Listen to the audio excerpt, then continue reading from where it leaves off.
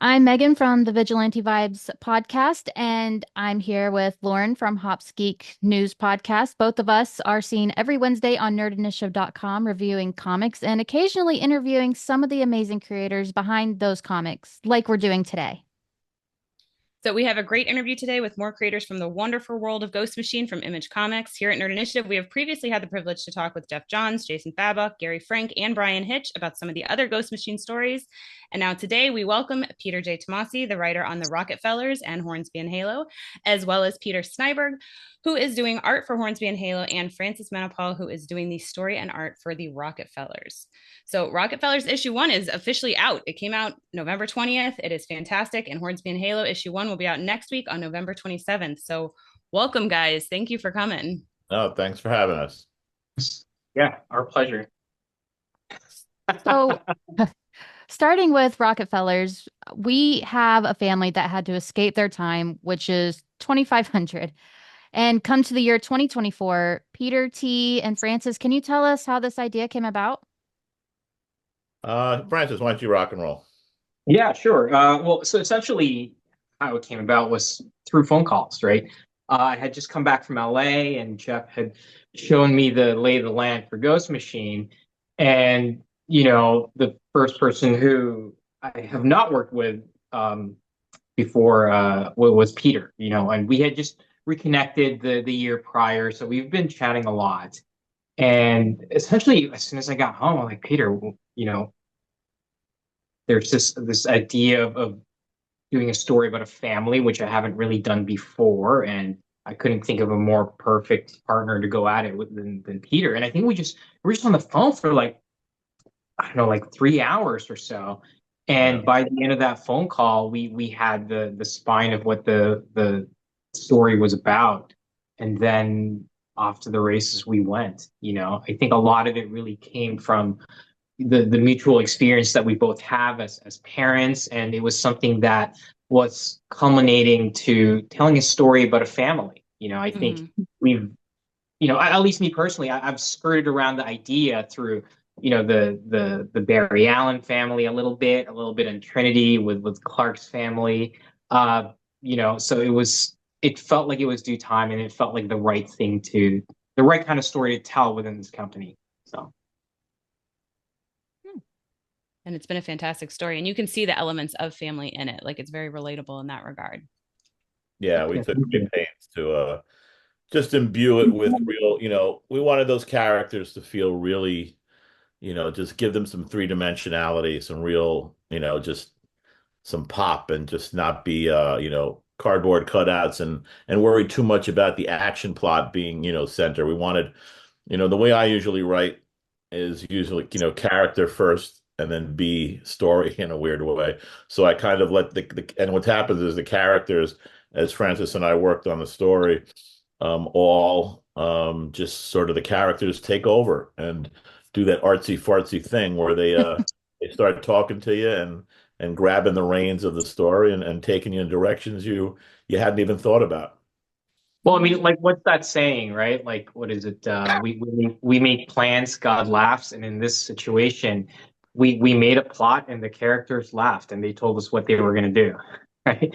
And I remember, Peter came up to Toronto a few times to work on the story, and I remember the first time he was here, we were so sure we knew where the story was going. But by the end of it, the characters just started becoming much more alive and fully realized people that we ended up throwing quite a bit of where we wanted the story to go because the characters were beginning to dictate where they were wanting to go, right? So it's been a really great experience because, again, it's one of those things where things are growing so organically, right? Because we're not working with characters with years and years of baggage. We're discovering them at the same time that I think the readers are just a few months behind with regards to discovering who these people are.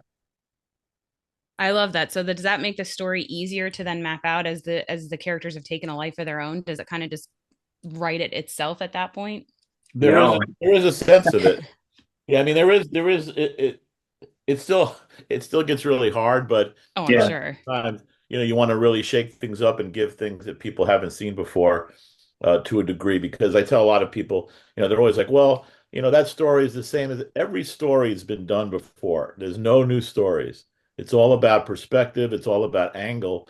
And that comes across really only from the character's point of view.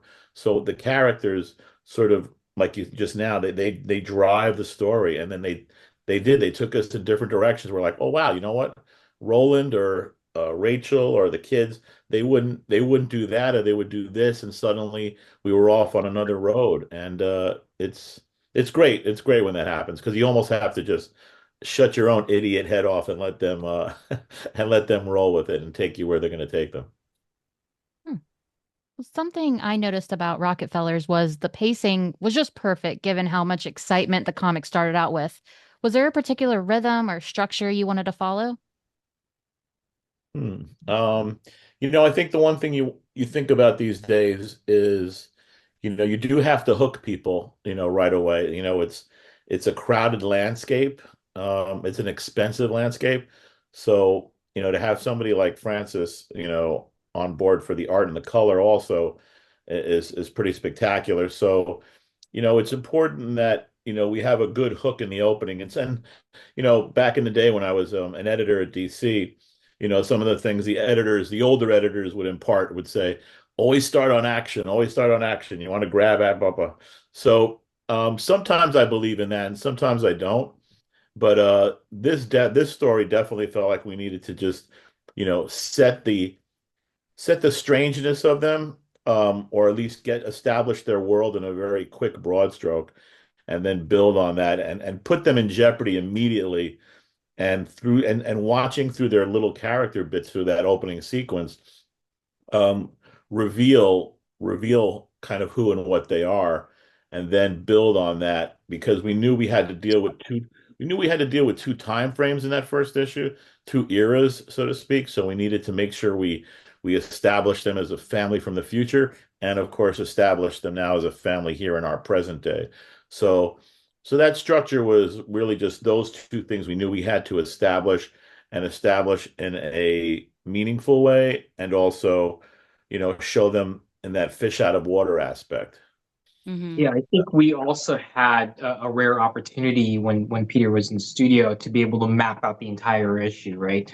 Because like when we were working on the first issue, we were able to. I pulled up more or less like an artistic spreadsheet showing the entire layout of the issue, and we would kind of jot down the beats of the story, right? Because me personally, I feel like I see story like a rhythm, kind of like, if you were a musician, right, you would hear them boom, boom, psh, boom, boom. Psh. I kind of see it that way.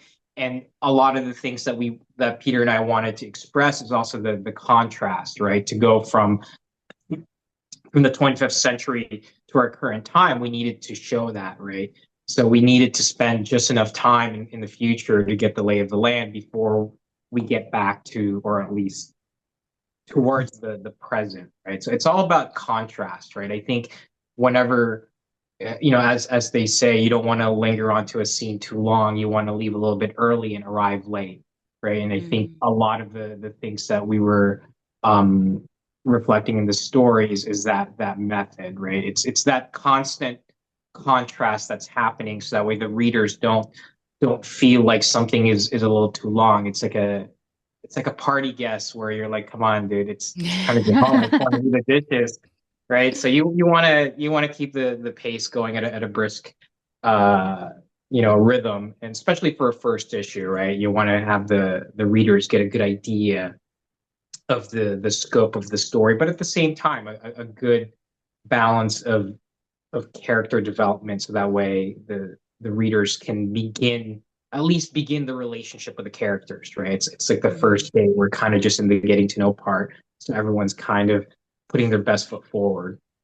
Yeah, and the important thing too in terms of structure and the question was, you also need to, as a first issue, which, I'm really proud of. I think we did I've written a lot of first issues. I've edited a lot of first issues, and I really think it's a really, speaking as objective as I can, a pretty strong first issue. And, it's important also to to get the story through line in there, but it's also sowing those little seeds that at least start to perk a reader's interest and say, wait a second, what's that? Why is Ray, why does she seem to know it's going to rain or some semblance, like there's somebody, oh, she has like this future thing going on. And then there's the grandfather, mentioning something about being 125 years old. And you've seen, so you get all these little seeds. And then of course we end where we end because I don't want to spoil it. But just to make sure that, we've planted a whole bunch of different little things that will start to then, of course, see fruition as we move on. Yeah, you guys definitely nailed it in issue 1 for sure. So we're talking about a futuristic family in present day, and I already mentioned relatability. So in creating these characters, were there certain attributes you felt they needed to have to make these characters from far into the future relatable to today's audience, and how difficult was that? Well, I think, when it comes to a family, regardless of whether this is the 15th century or the 31st century, I think there's common ground there, right? And I think that's what makes portraying this. I mean, basically the concept is that in the future, instead of being hidden to a different city or a different state, you're hidden throughout the timeline. That's the future's version of the witness protection program, right? Mm-hmm. And the easiest entry point with regards to relatability is a family, the nucleus of a family, the trials, the tribulations, the joys and the happiness. Those are kind of timeless things, and that's why we say that in their future they're living a disconnected life. We're living that now, right? And yet it's the same problems that they're having in the future. It's kind of what's interesting is that with Peter and I both being parents, he's at a different stage in his parenthood than I am. So we're actually able to look at things from multiple angles. I through Peter, I'm able to see what's ahead. And when Peter was here, he was staying in our house. He was able to almost see what it was like back then. And I'm in the thick of things. Like I remember a few times where Peter was in the studio, and he was looking pretty tired. And I'm like, dude, you okay? Did you get enough sleep? I'm like, I'm sorry about the kids, But it turns out it was probably more to do with the really rock hard bed that we had in the guest room. That too. Hey, remember what I said? You don't want the guests to be staying too long, right? It's part of the strategy. The secret's out. So yeah, I think so much of it is the fact that there's certain things that we all feel. Feelings are timeless, right? And I think that's how we're able to get the characters to be relatable, regardless of where they came from. Right? Yeah, and it's also a choice because too, though Francis is saying family is universal and timeless, which it is, there's also, there's choices to be made sometimes in these kind of stories where we could have gone, because it's the future, suddenly it really, in a way with Francis, we could have like picked a cold, lifeless, like they could have been robotic or who knows what. Yeah. But instead, our vision, or at least what we're thinking of in the future is that yes, it is timeless. All of that family stuff can still be transplanted 4 or 5, 6, 700 years into the future, just as you can look back 400 or 500 years and it exists in basically the same template kind of way. So, but those kind of choices could always be made, and the family scenario of being timeless and universal was definitely one we wanted to stay with instead of making them seem a bit too odd. We wanted to make sure they're relatable, because I think that's always key, is keeping stories like this as relatable as possible. Because I think, one of the things we did back in Superman was when it started to really get some bigger numbers and bigger readers again, when Pat Gleason and I were on it, was we brought it down to earth and we gave him a family. And suddenly Superman seemed more relatable to a lot of people. And, that was a good hook for us. And right now it's, like Francis said, both being dads, we have a lot to draw from now, and in building this family, and especially from two different parental perspectives and where we are in our lives. So yeah, there's a lot of stuff we could draw from. It's really great. Yeah, and I think what makes them unique as well is the fact that they're a multi-generational household, and that's something that's, being an immigrant, that was something that was very common. So to me, that was the norm, right? And what's interesting about that is I think it does allow multiple entry points for readers, right? There's always going to be somebody there for them to relate to, whether you relate to Ray, who's 8 years old, or you relate to Rodney, who's like over 100 years old. Right? Well, you have to go to the blue zone, I guess, to see who's in line with what Rodney's doing. But I think it's really about the fact that there's just many perspectives, and I think that's been one of the fun things about telling this family story, is that there's multiple perspectives and each one is so different. Yeah, I did enjoy the threatening of the hollow phone. I was like, that was very, very relatable. As somebody who has kids of very different ages, that was, yeah, that definitely made them a relatable family. Yeah, because I have younger kids, and that kind of just went like right over my head. So, Francis, for Rocketfellers, how did you approach character design and visual storytelling for such a futuristic setting?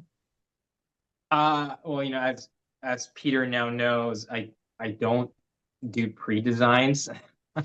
I kind of Wing it. I kind of want. What was that, Peter?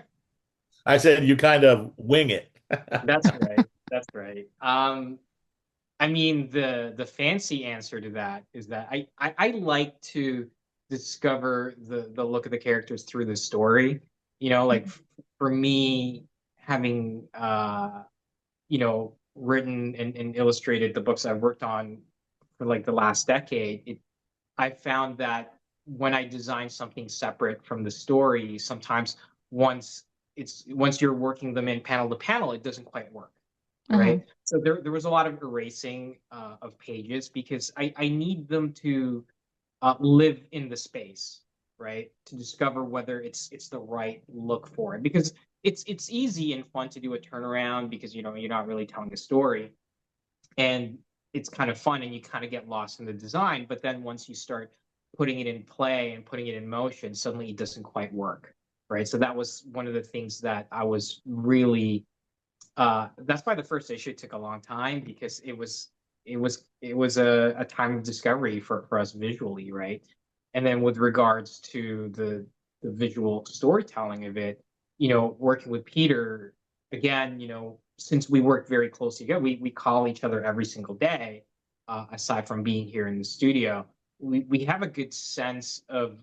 Again, it goes back to the pacing and the rhythm of the story, and Pete also has like a very visual mind, right? He has a background in film, so we literally speak the same language, which makes the collaboration a lot easier, right? So there's nothing really lost in translation, except for a few times when I take a shortcut here and there, but for the most part, I think a lot of it is really born from stories. A lot of the visuals really start from that. Wow. Question. Oh, go ahead, Megan. Oh, sorry. I really like that you don't do the pre-work for it, which I'm not gonna lie, kind of gives me anxiety because I'm a planner. But I think that's really cool. I didn't realize that. I plan out the layouts. Like that's one thing that's difficult for me to skip, because I need to know the rhythm of the story and the panel to panel. But when it comes to the visual designs of the characters, yeah, it can feel a little bit like you're walking on a tightrope with no net. But there is a net. You have an eraser, right? So it's not too nerve-wracking when you have an eraser. That can still be hard when you draw something gorgeous and you got to erase it though and start all over. Yeah. It's funny because when I worked digitally for many years, and I switched back in the last year, and constantly I would just be thinking, this would be so much easier digitally. But I've really been enjoying the organic look that we've been able to get, and I think it goes hand in hand with creating the warmth for the family, right? And that's like a lot of times, like when I color my work, it all works towards really emphasizing what the story is about, right? And that's why in that opening scene, if there was anything that I had in mind with regards to the design, it had more to do with the color palette that the family was going to be using, which is they were all going to be warm colors as they're surrounded with nothing but cold blue colors, right? And that's why the villain was mostly using cool colors. A lot of it was really designed to make the family feel warm and inviting and endearing, so that way you could feel the danger that they're in through, the warmth that the colors are emanating from the characters. I think it created more mystery too, because you're like, why would a family like this be the target? And obviously, that's the mystery that we don't know, that we're looking forward to as the audience finding out. So Sure. I thought that was fantastic. But yeah, we're here to talk about the Rockefellers, but we're also here to talk about Hornsby and Halo. So we'll go into a little bit of that. So I absolutely love the ambiguity of good versus bad, as well as the discussion of nature versus nurture. So in Hornsby and Halo, we have an angel child being raised by not such great parents, and a demon child being raised by amazing parents, very supportive ones. And I love that it's to give them a perspective and to teach them empathy. That's absolutely fantastic. So, Peter T., how did this story originate? And can you tell us a bit about what we can expect from these quote unquote kids? Um, it started out as a little line in a notebook many years ago. And when Jeff and I were talking about um, what should we do, what did I want to do as the next book? I was like, for some reason, I didn't even look at it. I didn't even, but I just suddenly popped into my head, and I said, wait a second, what about this little thing? And I pitched it to him, and he was like, oh, that sounds really cool. I like the idea that, run with it, and who do you want to work with? And I was like, well, I've been trying to work with Peter Snejbjerg for quite a while. Again, we've worked together in the past, but our lines just haven't been able to cross again. So when this time it did, and it was great because he came aboard the company at a great early time, and a great early moment to also just be a part of the story too. It's like like right now in this stage of my career, it's really nice to just work with amazing artists and not just throw them scripts, because they're consummate storytellers in their own right. And it's like, why shut that box? Why not open that door? And so, Francis and Peter are both great. And so I, pitched out what I wanted to do to Peter S. And he really dug it. And so he came on board, and it was just one of those, I love those nature versus nurture stories. There's always just something um, timeless about those two. And there's so many different ways to always explore them. And through the heaven and hell aspect, I thought it'd be really fun to do it, especially with two kids who were turning 13 years old and not knowing just who and what they are. So it was a lot of fun coming up with it, and especially watching Pete bring that stuff to life is great. So, Peter T., when you start the writing process, like with Hornsby and Halo or Rocketfellers, do you start with the writing process with a certain artist in mind? Because I feel like Francis and Peter's art perfectly illustrated the stories. I thought they were a match made in heaven. So, did you have them in mind when you started? Yeah, it was simple. I mean, with Peter S, I wanted Peter S because I knew what he could bring to it without a doubt, and we had worked together. So I mean, even going back, even go back many, many moons back to my days at writing at DC. Um, it's very, what's the word? I'm going to say mercenary to a degree. When you're a writer in this business, if you don't have a good artist, you can write Watchmen, and if it looks like a piece of crapola, you're out of luck. You gotta have a great balance between both things, and I always made sure, because I remember I can't remember who it was. Maybe it was Archie Goodwin. I can't remember now, but I remember at lunch one day, when I think it was Archie, when he knew I was going full blast into writing full time for the company. He's like, always protect your stories, because you could, like I said, you can write some really great stuff. You can really short circuit your career if you just don't have the right artist. And so having been an editor for 15 years, it was really, I had a good Rolodex at that point. So it was really key for me to every time I wanted to do a story or a series, to package it to me. I always knew that I knew who I liked, who I'd want to bring, have this stuff bring to life. So it was really important for me to make sure that I had the right artist drawing the book. And Francis and I had worked together on one issue of Death Metal, I think it was, a little one shot of the Batman Yeah, Death. yeah. Yeah. So that was a lot of fun, but I'd always wanted to work with Francis. And those, we just our paths just never seemed to cross at the right time, but we always wanted to. And then this came together. And again, it's like he consummate, amazing artist, professional, and perfect guy to bring this Rockefeller family to life. So yeah, it's key. It's because the last thing you want to do, there's nothing worse, and it only happened maybe once or twice in my career. But when you get a story back and it's not drawn very well, it's heartbreaking because especially if you're a writer who spends as much time on my stuff as I do, you want to see it. You want to see it right, and when you get it back, and you get it back from, I'll stay on. We're already on Rocketfellers, so but like if we're on Hornsby and Halo, and Peter's sending me his roughs and then his pencils and his inks, it's like Christmas Day every day because it's like, wow, he's just brought it to life and picked angles and shots and done things that I wouldn't have thought of, and it's great. So to all the writers out there, if you can, protect your writing with the best artists you can. Well, I think you guys in the Ghost Machine world have definitely accomplished that. So Peter S., the art in Hornsby and Halo, I feel is a huge part of showing who these kids are. And despite one of them being a demon and one of them being an angel, as babies, they both portray such an adorable little innocence to them, whether they're in the flames or in the clouds. So how much direction are you given in their expressions, and how much do you capture these motives or inner demons, so to speak, so well?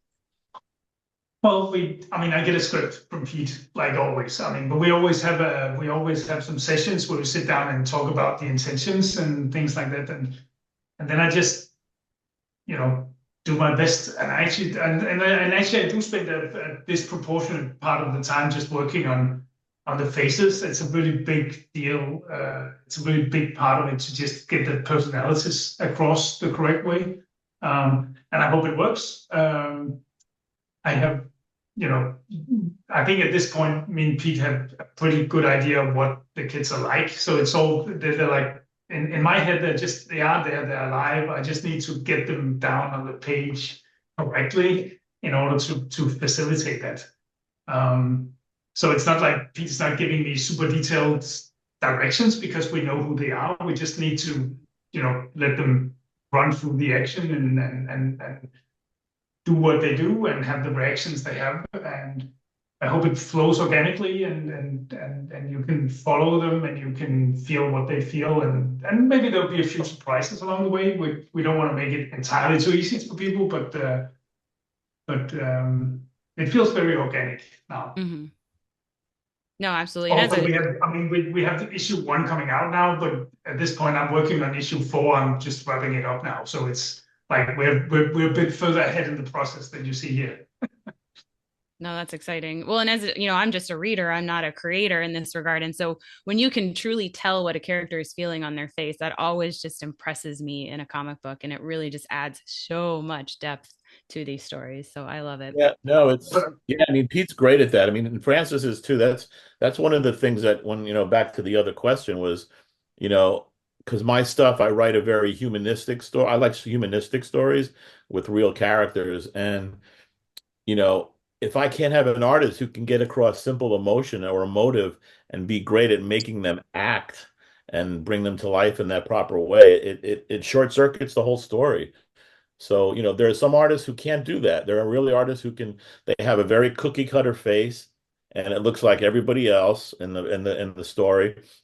And then there are artists like these 2 guys who are, can just craft a face that's individualistic, has great emotion, in small moments and big moments, and can do the big action at the same time. So when you have people like that who can do both, it's, as a writer, you definitely consider yourself lucky. That's for sure. Sometimes I think as artists, I mean, I don't think I often forget how frustrating it must be as a writer, because you're totally at the mercy of the artist. And sometimes you forget how hard that must be to put all that work into it, and just, if it just doesn't work, and now and as you said, you've done it, you can't redo it. You can't, you can't just do it again with another artist. It's not like, unless you're really prepared to make some serious indies. Yeah, no, that's very true. It is heartbreaking when you see stuff come across the desk that's not good, and that's why I made sure that didn't happen anymore. And like you said too, with Ghost Machine, I mean, what a lineup of artists. I mean, right? I mean, every freaking artist is just great. It's such a great company. We're really lucky to have all these people, who are just creating some wonderful stuff. And good writers. Yeah. Great writers. So, Peter S., was there something in particular in Hornsby and Halo that you considered the most important element to focus on? I think the kids, when Pete pitched me the idea in its simplest elevator pitch form, I think that obviously the first thing that came to mind was that we really need to get the kids right. We need, because they're going to carry the book. I mean, there's this supernatural stuff that's in there as well. And as Francis also said about Rocketfellers, they're very humanistic books. They're books centered around people and their reactions and their feelings and their relations. And it's really important that we get that across, as well as all the spectacle and all the action and the flim flam and whatnot. But if we don't have that emotional core, it just doesn't work. It's not going to hit the reader as hard as it is when we get into the really rocky stuff, and it's just not going to have that impact unless you get people to really sympathize with these characters. Also, because we're starting this up from scratch, so we don't have like 20 years of backlog of people being invested in these characters. We have to get across to them that these characters are worth following, and that they're just going to be good company, and you're going to engage with them, and you're going to empathize with them when they live through these stories. I think that's the most important thing. Yeah. So in that regard, because these are new characters who don't have backstories, and you guys have all written for characters that do have backstories, what have been the advantages and the disadvantages? Because I know you just touched on that a little bit, of like, you have to hook these readers. Like, we're not invested in, like we are with Clark Kent, so to speak. So has that made it harder, easier at times, more freeing, or just different kinds of challenges? Well, sorry, Pete, you go ahead.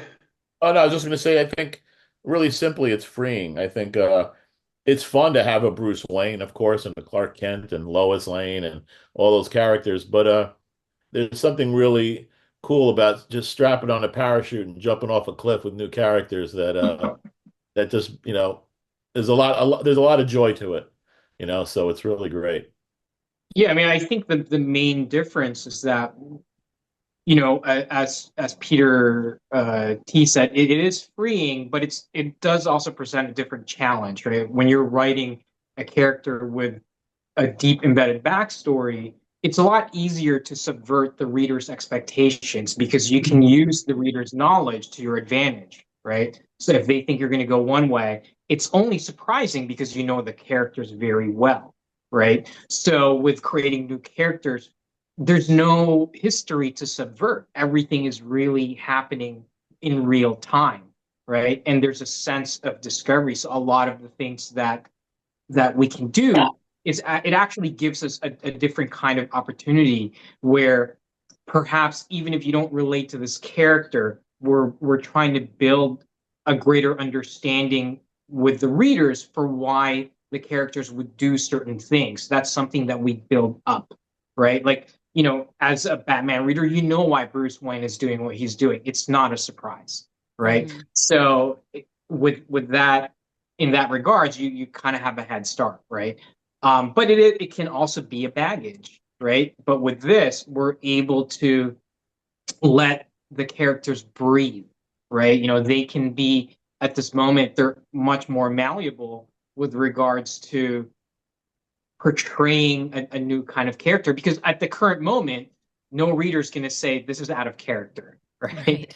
Everything is still being developed, right? So it really does feel much more like a journey of discovery, both for the readers and the creators. And in a lot of ways, I think that's much more rewarding, because it feels like, even though the readers aren't part of the creative process, sometimes it feels like it, because we do read the comments, we read the reactions, and I don't, obviously the reactions don't sway where we're going, but it kind of sticks in the back of your head, you know what I mean? Where you're, oh, okay, this character's getting a little bit of traction. I mean, that's too early to say at the moment, but I'd be curious to see how that relationship develops. It's a bit like jazz. Like right now we're the ones starting the beats. It's going to be interesting to hear what the reactions are, and whether some of the musical instruments that the audience brings in affects how the story goes. I mean, it's too early to say, but I think that's what's exciting about it. As Pete said, it's freeing, because right now there's no limits at the moment. So. Right. Well, speaking of no limits, we've already seen some crossovers in some of the other Ghost Machine books, such as Geiger, Redcoat, and Junkyard Joe in the Unnamed universe. And recently, a page from issue 2 of the Rocketfellers was shared on social medias, and it showed a lot of the Ghost Machine universe, which got me really excited, because I had actually written these questions before, and I had to go back in and edit this after I saw that panel, because I was so taken back and so surprised and so excited. So does this mean we are going to see some crossovers in this family Odyssys universe of Hornsby and Halo and the Rocketfellers? Or is that something you can't say yet? Because I understand that as well. It really boils down to being organic. I mean, that wonderfully drawn page by Francis, and then to have all the other artists draw a panel of their characters, and it was just great. But yeah, we're definitely, we've talked about it. So it just has to be a moment of real organic timeline that makes it feel like a right fit, because the great thing about the company is we're not operating in a weird way on these quarterly reports where, we need to make a certain amount of this and do some of that. And so we're not going to force feed anybody any crossovers just to make a buck. When we know that we want to do a really great crossover between the books, then we've got the fluidity and the control of our characters to do just that. So it's definitely something that's been talked about, and I definitely wouldn't be surprised if that's seen somewhere down the line, so to speak.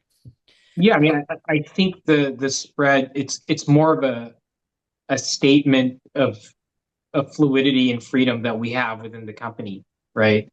And even though they are in different universes, if we found the right story in the right time and an organic way to do it, nothing is off the table for us, right?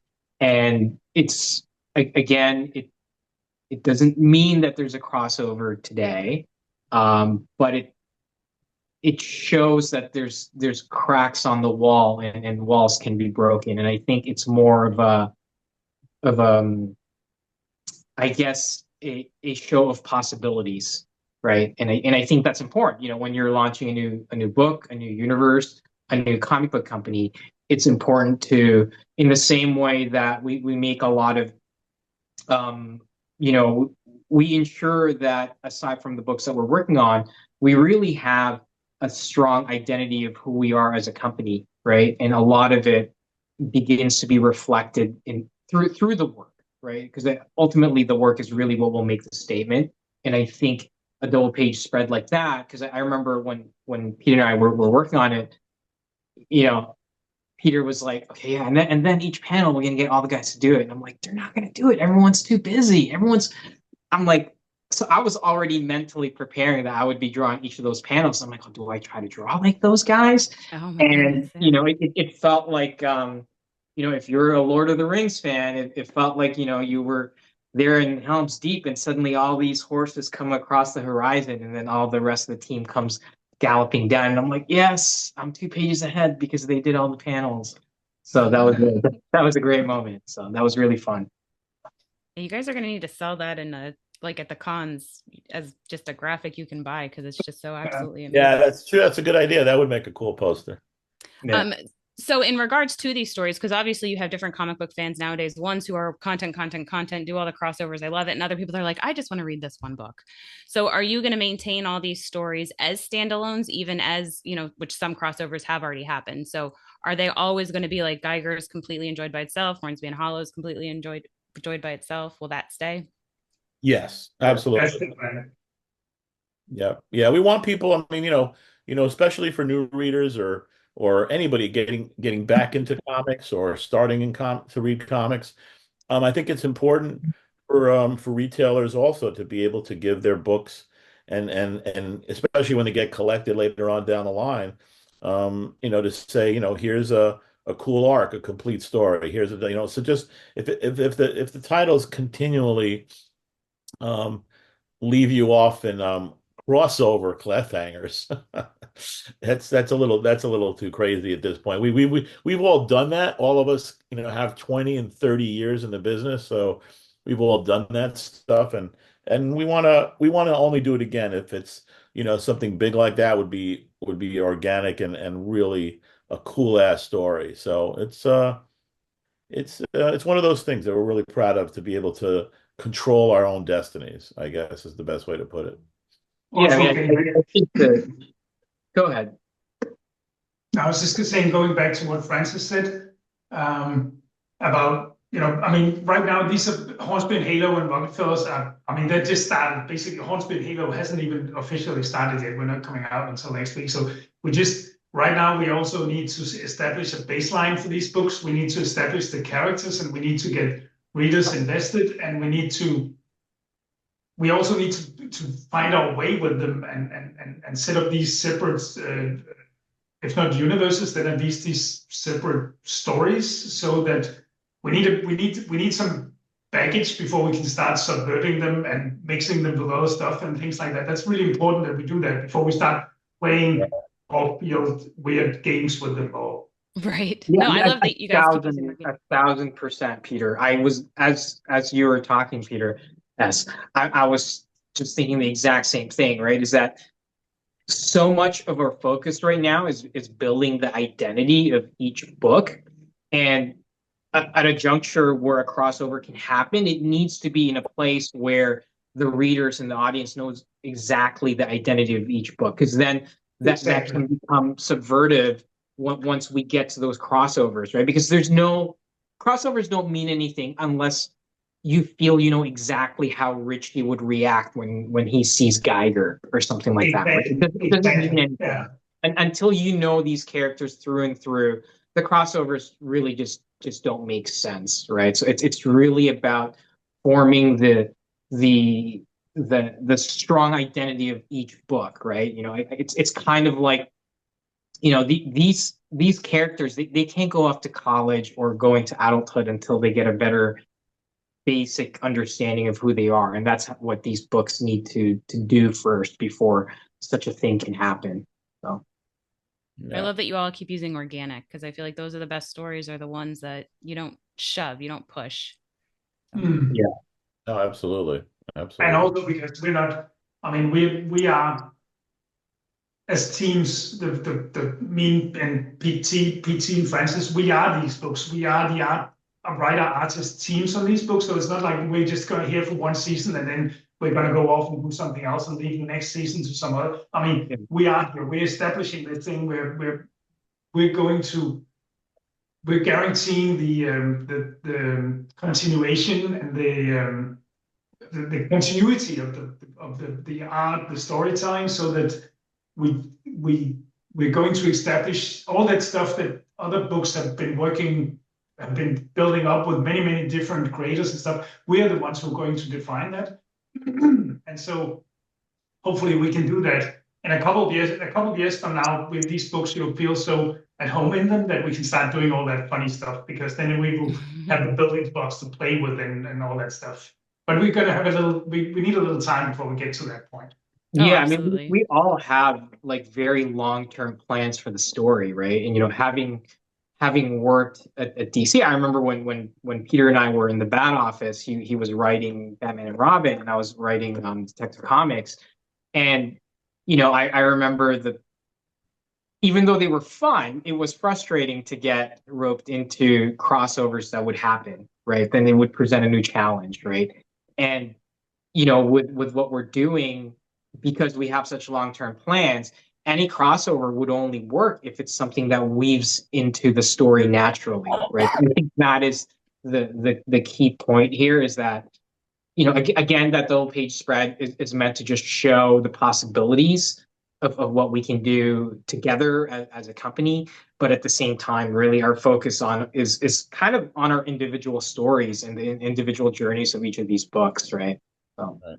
And it also, even that spread, the great thing saying it's possibilities, it's also just, again, it's really, it started from story and character, that it's about, someone, our villain, doing what she can to, try to find the Rocketfellers, and, as to what lengths she'll go to. And of course, oceans of time to go through. So, it's really, it started from a character moment, that bit, instead of just saying, hey, let's do a cool spread with all the blah, blah, blah. It's like, how do we show our villain, you know, just plugged in and wanting to really find this family, and it just built from there. And it's, and again, organically, we were able to tie in all the other books from Ghost Machine, because originally it was just going to be time zones, like dinosaurs and this World War II, blah blah blah, and then all of a sudden, locking on, like, wait, we can, let's get the guys to do it, and over Francis's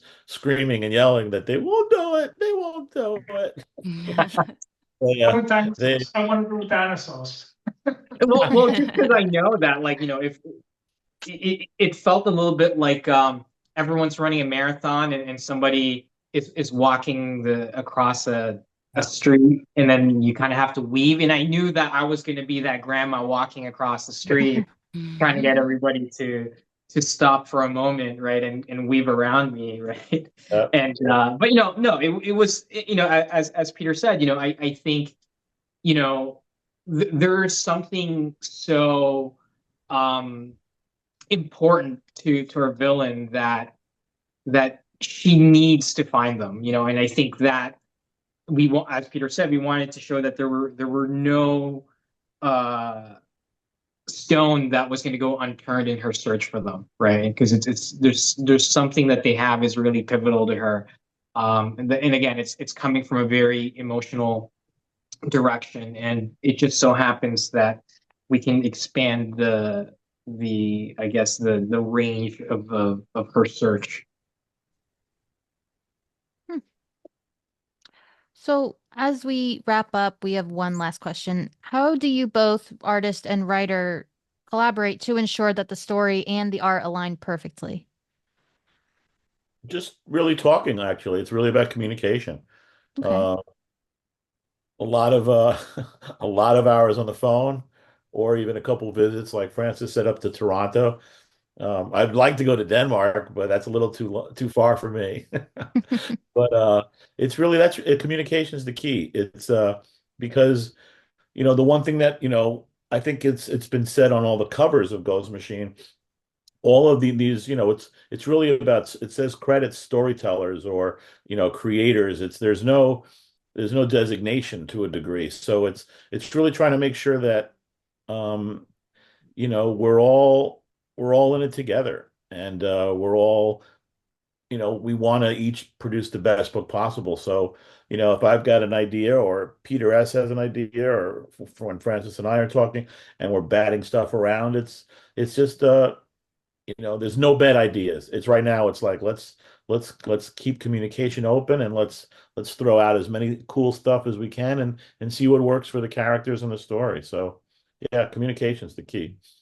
Yeah, I mean, I think, to piggyback off of that, aside from the communication, so much good stuff comes from being around each other, and really being open and vulnerable, because a lot of times the great ideas that we come up with comes from the stupidest ideas ever, right?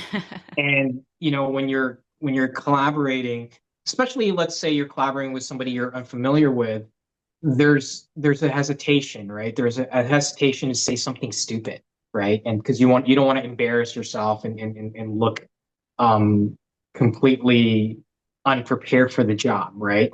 And I think true collaboration is really the ability to have like a no judgment zone, right? The ability to just say the stupidest things and to just be, right? I think one of the things that Peter and I discovered from working in the studio is that some of the great discoveries that we encounter is when we're just sitting around doing nothing, right?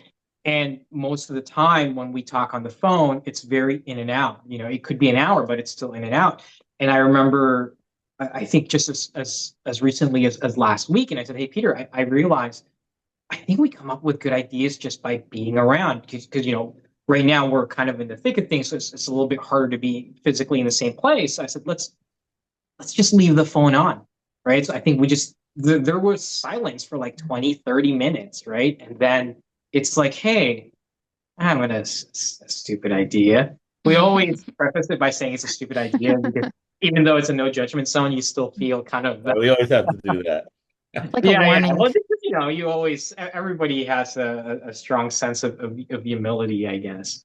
You know, and I think that's key. You know, just I think the key to collaboration is understanding each other in a way that allows the other person to be who they are naturally, right? And I think that's when we get the best of a person, right? Even from a normal standpoint, right? Like some of your best friends and some of your closest friends are probably with people who you can have comfortable silence with, right? Because in that silence is something's brewing, right? And I think it's a level of comfort that we're all beginning to have with each other. And I think that's why across the line from Jeff's collaboration with Brian and Jason and Gary, there's something and Ivan as well. There's something special happening there because everybody has a strong sense of comfort with each other. And I think that's what's making the books really unique in the way that it weaves the story and art in such a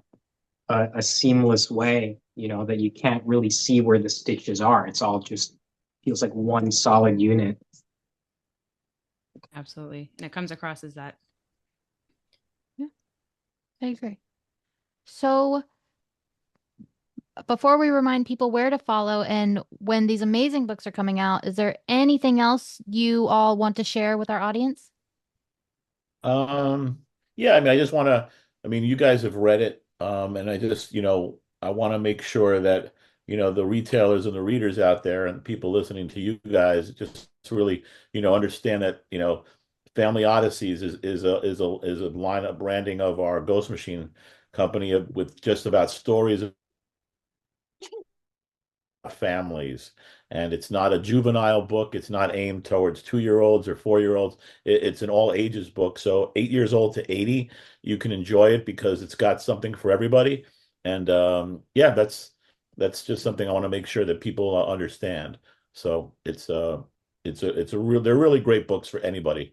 If you love story, drama, joy, happiness, tragedy, sadness, it's got all of it. And you know, we don't shy away from intense moments either. So it's a really I think readers will really enjoy it.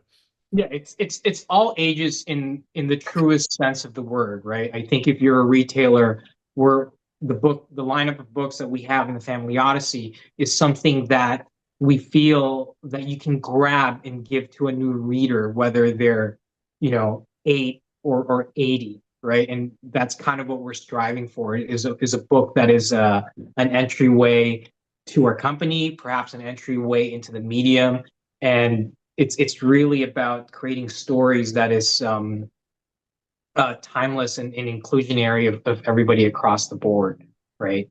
And also thank you to all the retailers who got the book because, you know, we found out that issue 1 is completely sold out at a retailer level. So yeah, it's really important to pre-order those books, create a pull list, subscribe to the books if that way you don't miss out. And yeah, thank you for giving our books a shot. So Yeah, we just really thank you to the readers out there that are going to be coming up and digging these books and who already have on Ghost Machine. And I think, we're not going to let you down on any of these books. So the sellout on Rocketfellers, we're hoping, Hornsby and Halo has the same thing, and we're all those first issues are sold out, and I think they're selling out. I think in the end because people are going to know these are quality books with storytellers who care. And Yeah. you know, Yeah, yeah, we also story. We have very long last words. good classic, fun, action-filled, entertaining comic books that are meant to be able to be read by anybody who's really has an interest in good, fun, classical, action-filled comic books. Absolutely. So if you're not already, make sure you're following Ghost Machine Pro on all the socials and, of course, Nerd Initiative. We want to mention again that Rocketfellers is out this week on November 20th, and Hornsby and Halo will be out next week on November 27th. So when you pick up Rocketfellers this week, make sure you ask your local shop to put Hornsby and Halo in your box for next week. yes. And again, thank you to Peter J. Tomasi, Peter Snejbjerg, and Francis Manapul for joining us. I got to see your panel at MegaCon and then see it at New York Comic Con. It was so fun to see the progression, the excitement, the passion you guys have, and to get to read the books that I heard you talk about almost a year ago, to get to read these. Absolutely fantastic. Megan and I's review for issue 1 for the Rocketfellers is on nerdinitiative.com right now. We gave it a 10 out of 10, so spoilers there, but go check it out. And check out this comic. And that's Megan from Vigilante Vibes Podcast. And I'm Lauren from Hops Geek News Podcast. We're both from Nerd Initiative. And thanks for tuning in. Cheers.